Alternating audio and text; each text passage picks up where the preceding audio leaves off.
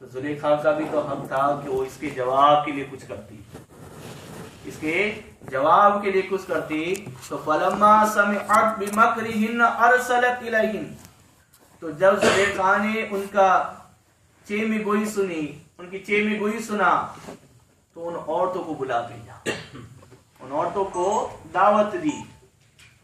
اور کتابوں میں آتا ہے کہ 40 عورتوں کو جو مصر کی بڑی عظیم پاک دامن مانی جاتی تھی، بڑے سمجھو کہ رئیس خاندان کی عورتیں تھیں، اس طرح 40 عورتوں کو زلیخا نے دعوت دی. اور آگے کیا ہوا؟ وَاعْتَدَتْ لَهُنَّ مُتَّكَأً وَآتَتْ كُلَّ وَاحِدَةٍ مِّنْهُنَّ سِكِّينًا وَقَالَتِ اخْرُجْ عَلَيْهِمْ.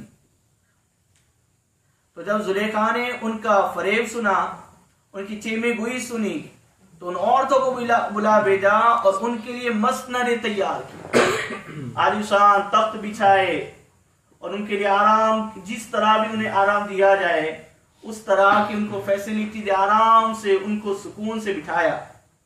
اور کیا کیا؟ اور ان میں ہر ایک کو ایک چھری دے دی. زلیخا نے تمام کو ایک چھری دے دی. اب یہ چھری تھی وہ اس وجہ سے دی تھی کہ انہوں نے دسترخوان لگایا تھا، ان 40 عورتوں کو بٹھا دیا اور دسترخوان لگا دیا، اس پر فروٹ تھے، میوے تھے، کھانے ہر طرح کے تھے. تو زلیخا نے انہیں چھری دے دی. اور چھری ایک بات اس وجہ سے بھی دی ہو کہ جب انہیں کوئی ضرورت ہے فروٹ کاٹنے کے لیے تو وہ اسے استعمال کر کے اسے کیا فروٹ کاٹے.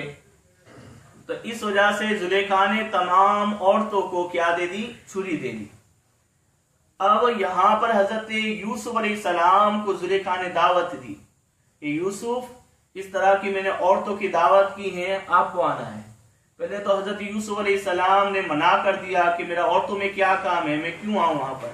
جب بار بار اصرار کیا اور حضرت یوسف علیہ السلام نے سوچا کہ اگر میں اس کی مخالفت کروں گا تو ہو سکتا ہے یہ اور کوئی برا کام کرنے کا ارادہ کرے یا میری مخالفت پہ ابھر آئے. اس وجہ سے حضرت یوسف علیہ السلام نے فیصلہ فرمایا کہ میں آپ کی دعوت کو قبول کرتا ہوں. اب حضرت یوسف علیہ السلام کو کب بلایا؟ کہ تمام عورتیں جب کھانے کے لیے دسترخوان پر بیٹھ گئی. اب زلیخا نے تمام عورتوں کو چھری دی اور ایک روایت کے اعتبار سے لیمن اور ایک روایت کے اعتبار سے ایپل دیا، اور تمام عورتوں کو کہا کہ لیمن یا ایپل کو اپنے ہاتھوں پر رکھو، کاٹنا نہیں ہے، ابھی آپ کو اس کو کاٹنا نہیں ہے. اب ان کو اس طرح رکھا دیا اور اس طرف حضرت یوسف علیہ السلام کو بلایا کہ یوسف تم مکان میں داخل ہو، اور ادھر زلیخا نے حکم دیا عورتیں تم لیمن کاٹو. کیا؟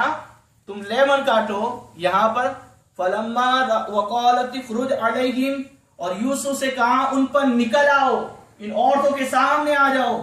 فلما رأینہ اکبرنہ وقطعن ایدیہن، جب عورتوں نے یوسف کو دیکھا، حضرت یوسف علیہ السلام کے چہرے پر نظر پڑی، حسین چہرے پر نظر پڑی، حضرت یوسف علیہ السلام کے حسن کو دیکھا تو حضرت یوسف علیہ السلام کے حسن پر عاشق ہو گئی اور اپنا وجود کھو بیٹھی، اپنا دل و دماغ حضرت یوسف کی طرف مائل کر دیا.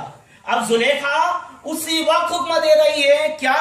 وَقَطَّعْنَ أَيْدِيَهُنَّ، جب عورتوں نے یوسف کو دیکھا اس کی بڑائی بولنے لگی اور اپنے ہاتھ کاٹ لیے.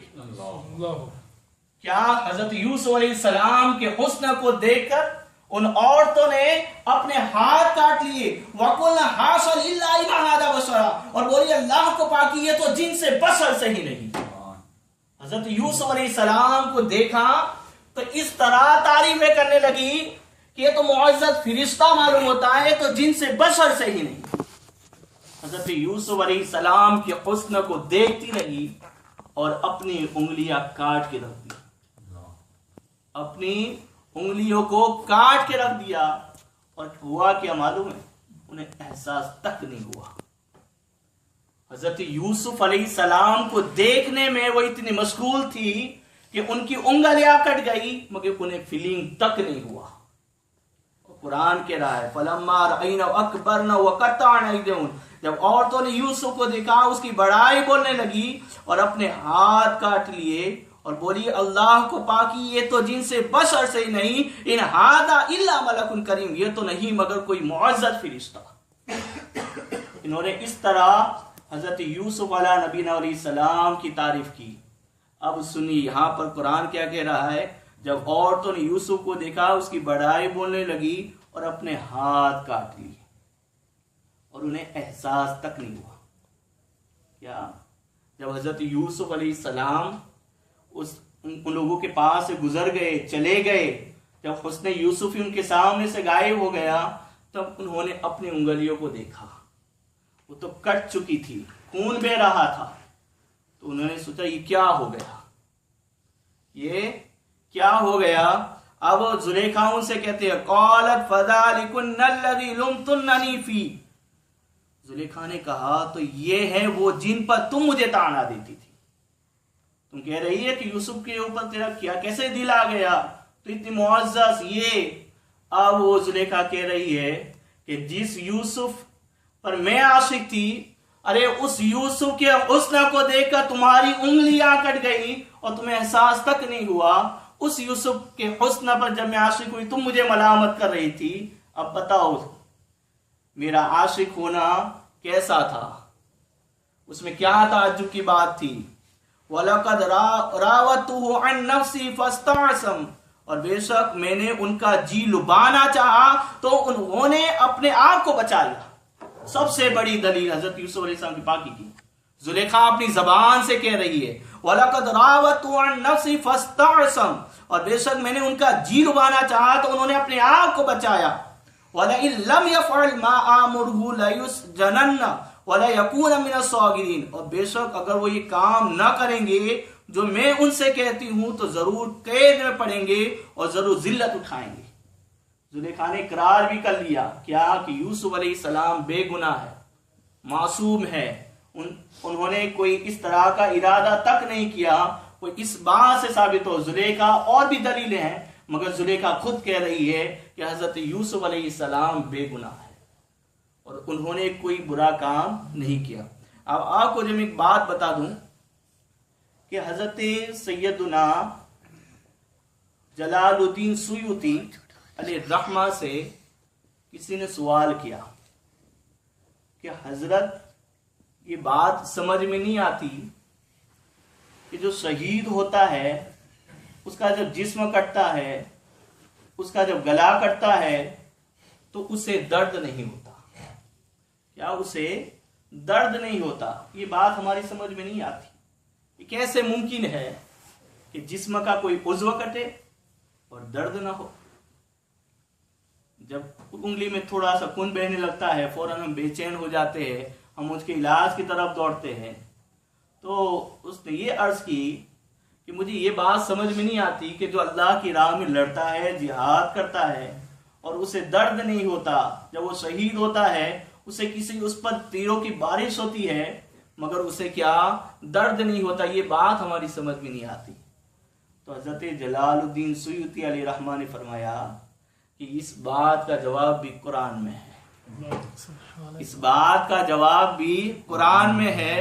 کہاں کہ جب عورتوں نے یوسف کو دیکھا اس کی بڑائی بولنے لگی اور اپنے ہاتھ کاٹ لیے، کیا؟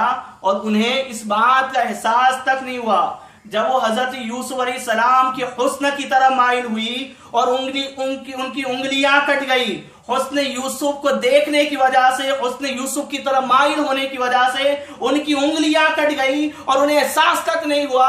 اسی طرح شہید جو ہوتا ہے جب اس کی شہادت کا وقت آتا ہے، جب وہ اللہ کی راہ میں لڑتا ہے، اس پر تیروں کی برسات ہوتی ہے، اس کے سامنے اللہ سبحانہ و تعالیٰ کا جمال ہوتا ہے اور دیدار خداوندی ہوتا ہے۔ جب وہ اپنے خدا کے دیدار کو کرتا ہے، وہ اپنے خدا کے دیدار میں اتنا مشغول ہوتا ہے کہ اسے زخم کا درد تک محسوس نہیں ہوتا۔ حضرت یوسف علیہ السلام کا حسن جو ایک مخلوق ہے، حضرت یوسف علیہ السلام بھی ایک مخلوق ہے، خالق نہیں۔ جب عورتوں نے، کمزور عورتوں نے مخلوق کو دیکھا، اس پر اتنی عاشق ہو گئی کہ انہیں اپنے انگلیاں کٹنے کا درد تک نہ ہوا۔ تو جس رب نے حضرت یوسف علیہ السلام کو بنایا ہو، وہ خود جب مجاہد کے سامنے ہو تو اسے اپنی زخم کا درد کیسے ہوگا؟ اس آیت کریمہ